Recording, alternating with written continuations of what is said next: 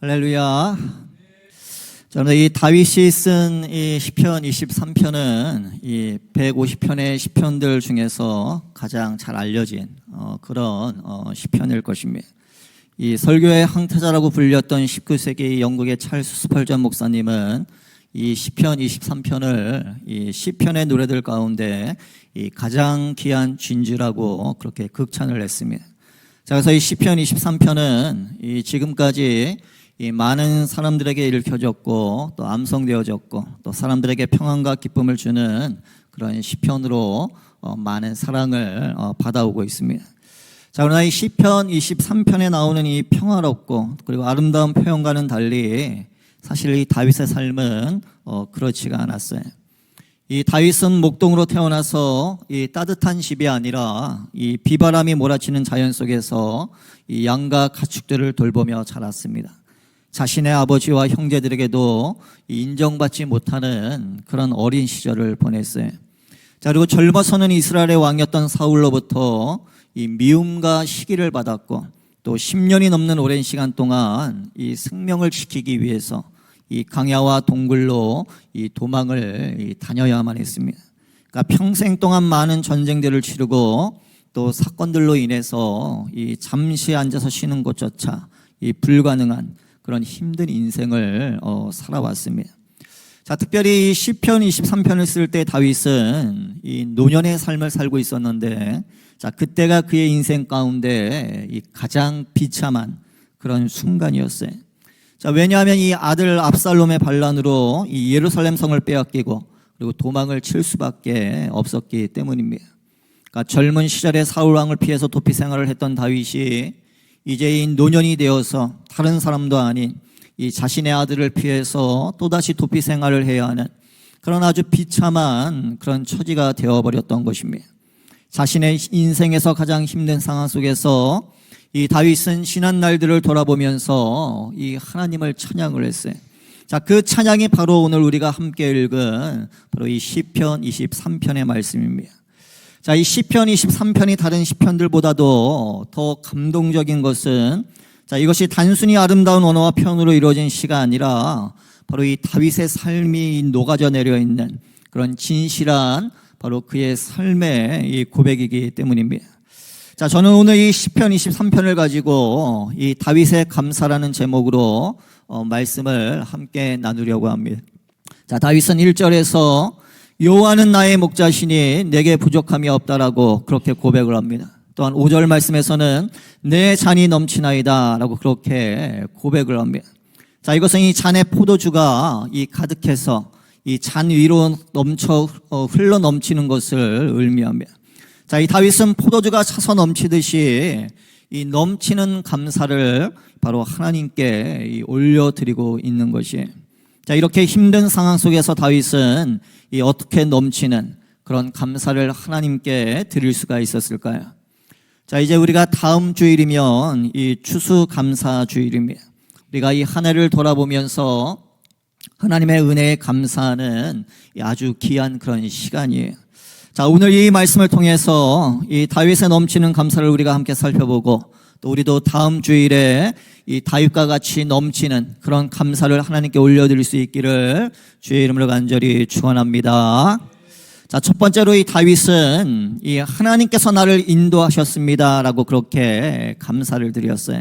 하나님께서 나를 인도하셨습니다. 자, 오늘 본문 2절과 3절 말씀에 그가 나를 푸른 풀밭에 누이시며 쉴만한 물가로 인도하시는도다. 내 영혼을 소생시키시고 자기 이름을 위하여 의의 길로 인도하시는도다. 아멘. 자, 이 다윗은 하나님께서 이 자신을 푸른 풀밭에 누이시고 그리고 쉴만한 물가로 인도하신다라고 그렇게 찬양을 했습니다. 자, 또한 내 영혼을 일으키시고 생명의 길로 인도하셨음에 이 감사를 드렸어요. 자, 여러분, 우리가 이 말을 잘 이해하기 위해서는 먼저 이 목자와 양에 대해서 좀 이해를 해야 합니다. 자, 이 필립 켈러라는 목사님이 있는데, 자, 이분은 목사이면서 이 기독교 작가입니다. 자, 글을 쓰는 그런 분이에요. 또 이 켈러 목사님은 이 목사가 되기 이전에 이 오랜 시간 동안 이 양을 키우는 목장을 경영한 그런 경험이 있었습니다.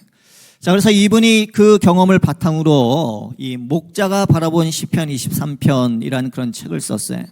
자, 근데 그 책에 보게 되면 이 양은 이 풀밭에 잘 눕지를 않는다라고 합니다. 자, 그러니까 이 양들은 겁이 많기 때문에 굉장히 까다롭습니다. 그러니까 반드시 4가지 조건이 충족이 되어야 이 풀밭에 눕습니다. 자, 첫 번째는 이 사나운 짐승으로부터 위협이 없다라고 느껴야 하고, 그리고 두 번째는 이 양들 사이에 다툼이나 이 싸움이 없어야 하고, 또 세 번째는 이 파리나 기생충으로부터 이 괴롭힘을 당하지 않아야 하고, 또 네 번째는 이 충분하게 이 꼴을 먹고 이 배가 불러야 합니다.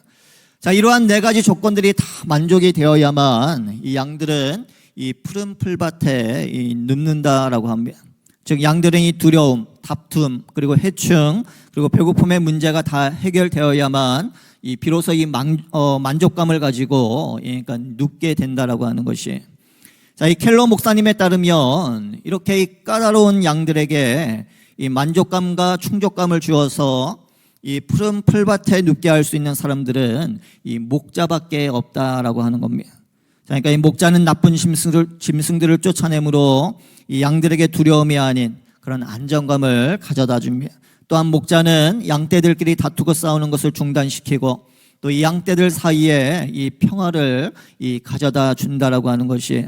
또한 목자는 이 양들이 파리나 기생충으로부터 이 괴롭힘을 당하면 이 양들의 몸에 약을 발라서 이 벌레들을 제거해 줍니다. 또한 이 풍성한 풀을 먹도록 해서 이 양들이 포만감을 가지고 이 풀밭에 누울 수 있게 해 준다라고 하는 것이. 자, 그러니까 목자만이 양들에게 이런 만족감과 충족감을 가져다 줄 수 있다라고 하는 것입니다. 자, 어떤 사람들은 물질을 자신의 목자로 삼고 살아갑니다. 자, 그러나 세상의 물질이 그 사람의 배고픔을 완전히 해결할 수는 없습니다. 오히려 더 배고프게 만든다라고 하는 것이죠. 또 어떤 사람들은 자녀를 이 자기의 목자로 삼고 살아갑니다. 자, 하지만 두려움이 없어지는 것이 아니라 자, 오히려 시간이 지날수록 더 많은 외로움을 느끼게 됩니다. 또 친구가 목자가 되기도 하지만 자, 결국은 온전한 기쁨을 주지는 못합니다. 자, 그러니까 어느 것 하나 내게 완전한 만족감과 이 충족감을 주지는 못한다라고 하는 것이. 자, 그러나 다윗과 같이 이 하나님을 목자로 모시고 살아가는 사람은 다르다라고 하는 것입니다.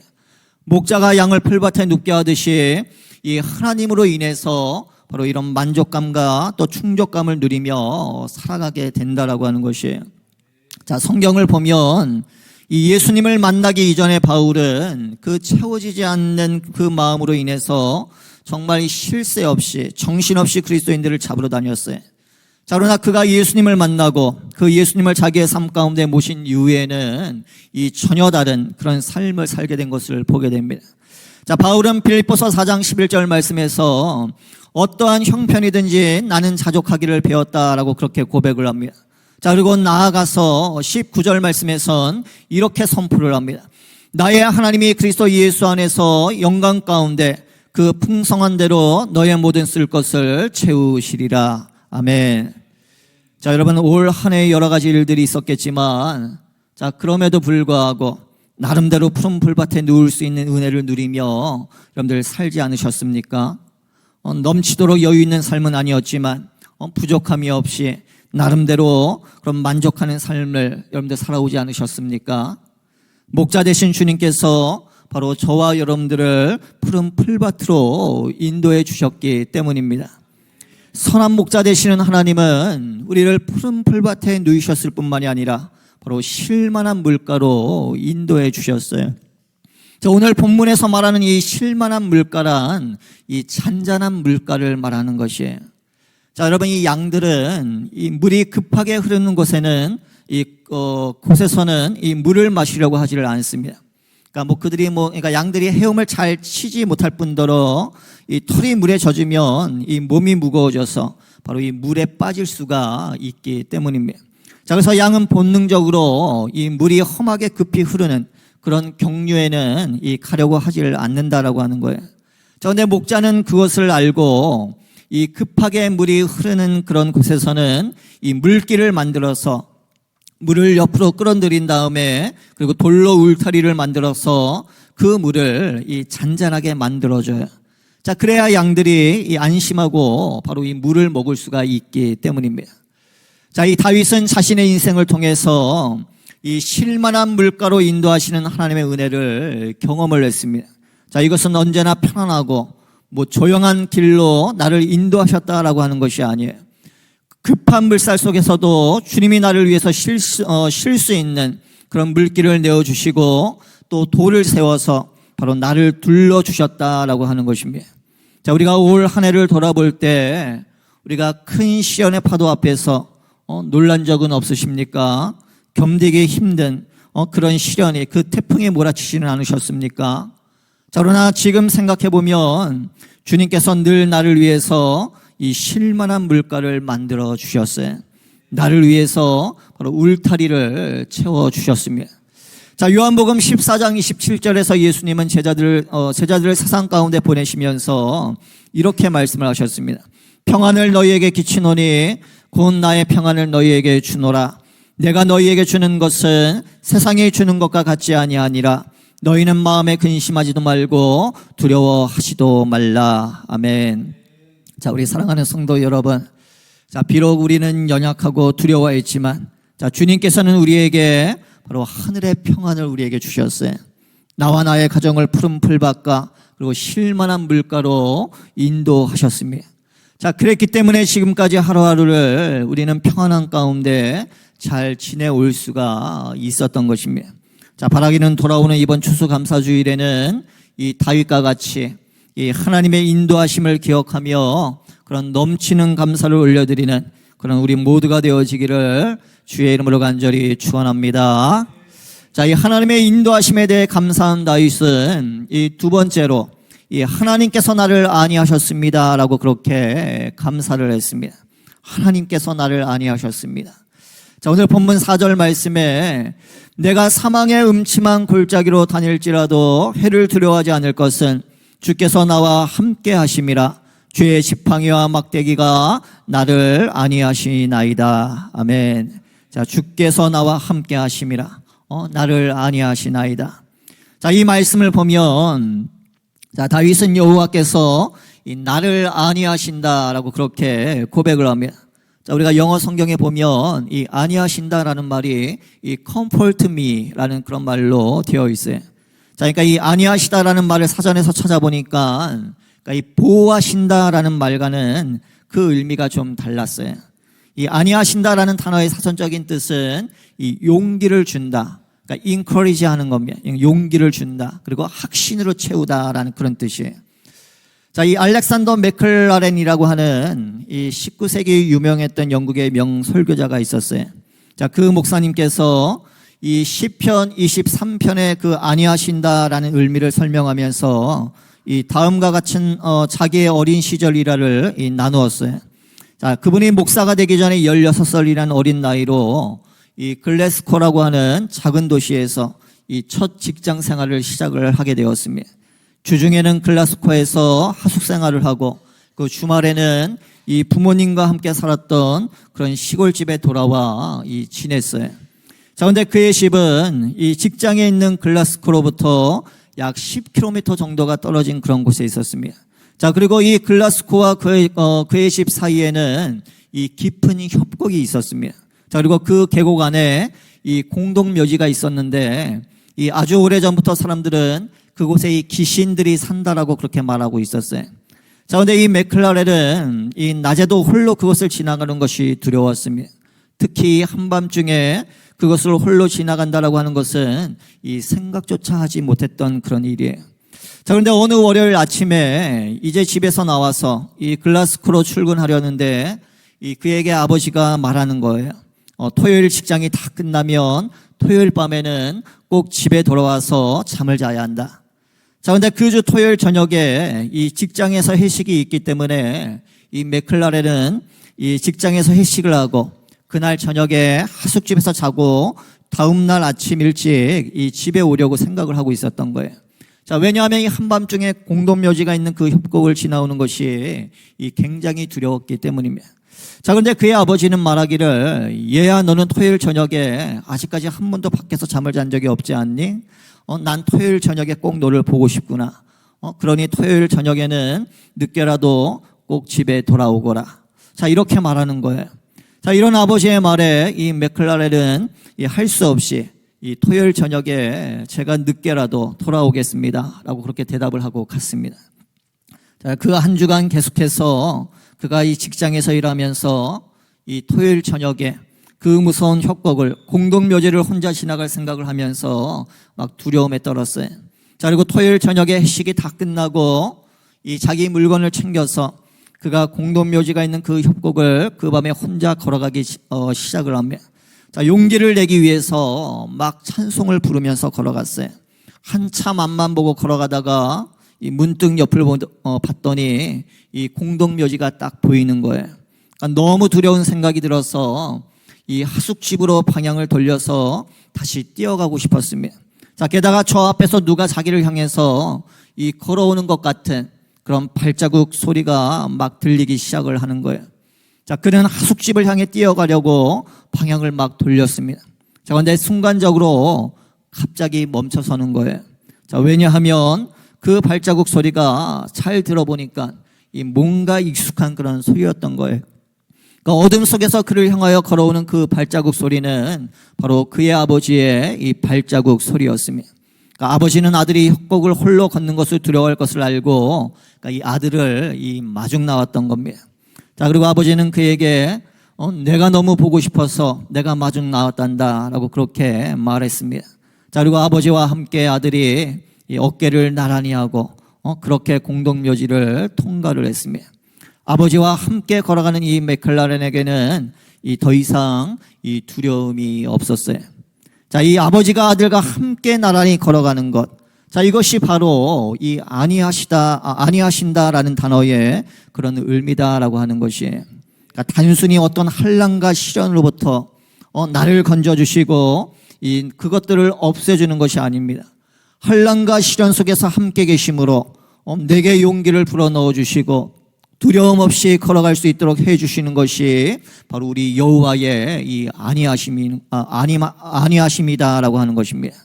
자, 여러분, 모세를 애굽으로 보내면서 하나님은 모세의 그 미숙한 말 재주를 이 바꿔놓지를 않으셨어요. 자, 대신 하나님께서 모세에게 내가 너와 함께 가겠다라고 그렇게 약속을 하셨습니다.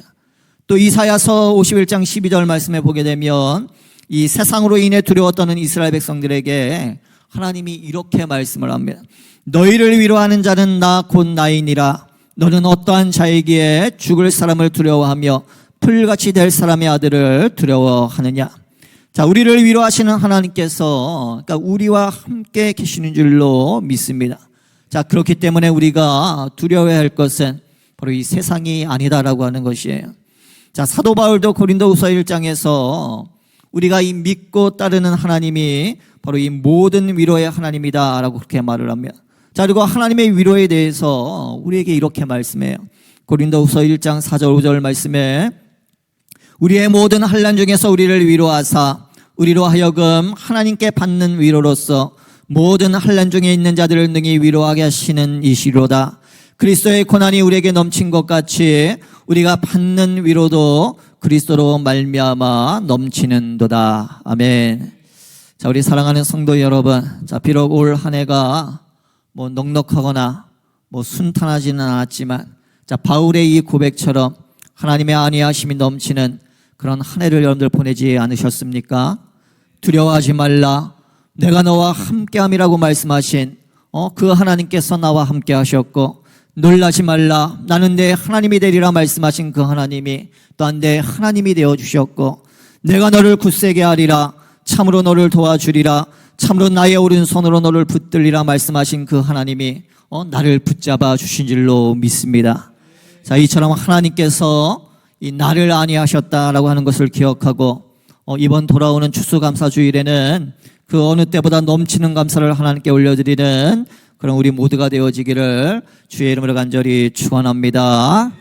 자, 하나님의 인도하심과 그리고 안위하심에 대해 감사한 다윗은 이제 마지막으로 이 하나님의 집에 영원히 살 수 있음을 감사를 드렸어요.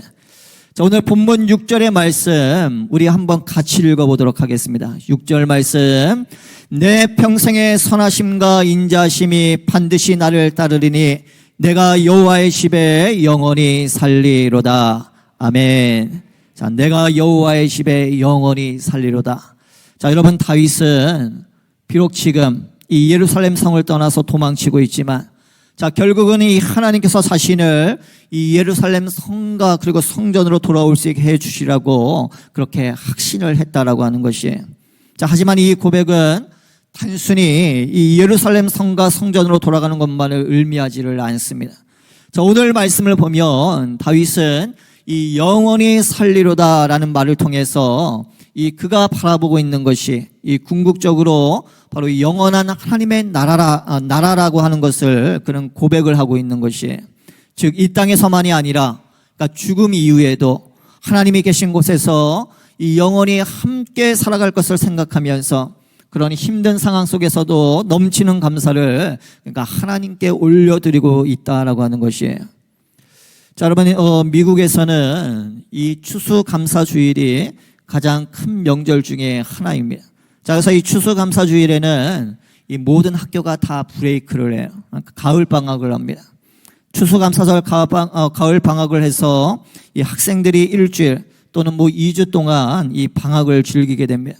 자, 그래서 이 추수감사절 연휴에 이 대부분의 미국 학생들이 이 차에 짐을 싣고 다 집으로 떠나면 그러면 이 학교에는 이제 이 유학생들만 이 함께 남게 되는 거예요. 자, 그러면 이 유학생들이 어떻겠습니까? 모두가 다 떠나고 조용한 기숙사에 있으면 고향이 또 가족이 얼마나 그립겠어요.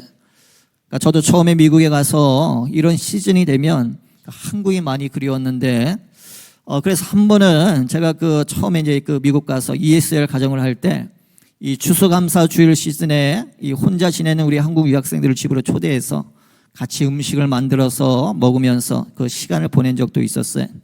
자, 근데 제가 그런 시간들을 보내면서 정말 감사하게 느꼈던 것은 비록 우리가 나그네와 같지만 갈 곳이 없어서 이곳에 있는 사람이 아니다라고 하는 것이에요.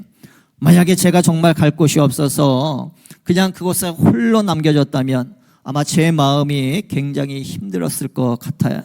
자, 그런데 우리가 나그네와 같은 삶을 이 미국 땅에 와서 유학생으로 살고 있지만 내가 갈 곳이 없어 이곳에 있는 것이 아니다라고 하는 것이 저에게 큰 위로가 되더라고요. 그러니까 하나님께서 주신 사명을 이루기 위해서 이 땅 가운데 잠시 나그네와 같은 삶을 사는 것뿐이고 때가 되면 다시 고향으로 돌아가게 될 것입니다. 자, 그렇게 돌아갈 곳이 있다라는 믿음과 소망이 바로 이국 땅에서 나그네와 같은 삶을 살던 저에게 가장 큰 위로가 되었어요. 자, 우리가 히브리서 11장 말씀에 보면 이 아브라함, 노아, 에녹과 같은 그런 믿음의 선진들에 대해 말하면서 자, 그들이 이 땅에서 살 때 믿음을 가지고 이 나그네와 같은 삶을 살았다라고 그렇게 말을 합니다. 자, 무엇보다도 그들이 떠났던 고향을 찾는 것이 아니라 그러니까 더 나은 본향을 사모하는 사람이었다라고 그렇게 말을 해요. 자, 그래서 우리가 히브리서 11장 15절 16절 말씀에 그들이 나온 바 본향을 생각하였더라면 돌아갈 기회가 있었으려니와 그들이 이제는 더 나은 본향을 사모하니 곧 하늘에 있는 것이라. 이러므로 하나님이 그들의 하나님이라 일컬음을 받으심을 부끄러워하지 아니하시고 그들을 위하여 한 성을 예비하셨느니라. 아멘. 자, 우리 사랑하는 성도 여러분, 자, 우리는 태어난 고향을 그리워하는 사람이 아니라 바로 더 나은 본향을 사모하는 그런 사람인 줄로 믿으시기를 바랍니다. 자, 다윗이 정말 절망적인 그런 상황 속에서도 포기하지 않고 담대하게 믿음으로 살 수 있었던 것은 그가 이렇게 더 나은 본향을 바로 사모하는 그런 사람이었기 때문이에요. 예수 그리스도를 주님으로 믿는 우리는 하나님의 자녀가 되는 그런 구원의 선물을 받았습니다. 우리에게는 이 영원한 하나님의 나라가 기업으로 주어졌어요. 자, 요한복음 14장 1절에서부터 3절까지의 말씀을 보면 이 예수님께서 우리에게 이렇게 말씀합니다. 너희는 마음에 근심하지 말라. 하나님을 믿으니 또 나를 믿으라. 내 아버지 집에 거할 것이 많도다. 그렇지 않으면 너희에게 일렀으리라.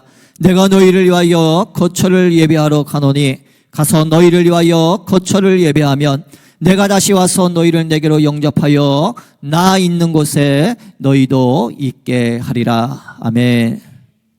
자, 여러분, 결혼한 후에 월세방을 전전하다가 전셋집으로 옮기고 또 열심히 노력해서 마침내 내 집을 마련할 때 그 기쁨이 얼마나 크겠습니까? 자, 그러나 우리의 마음이 그곳에 머물러 있어서는 안 돼요. 저와 여러분들은 천국을 분양받은 그런 사람들입니다. 아멘.